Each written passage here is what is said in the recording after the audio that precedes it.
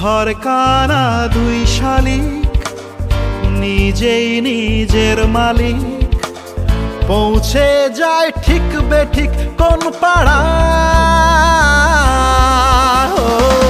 পথঘাটের ঝড় বদল, চেনালো দিন বদল, স্বপ্নের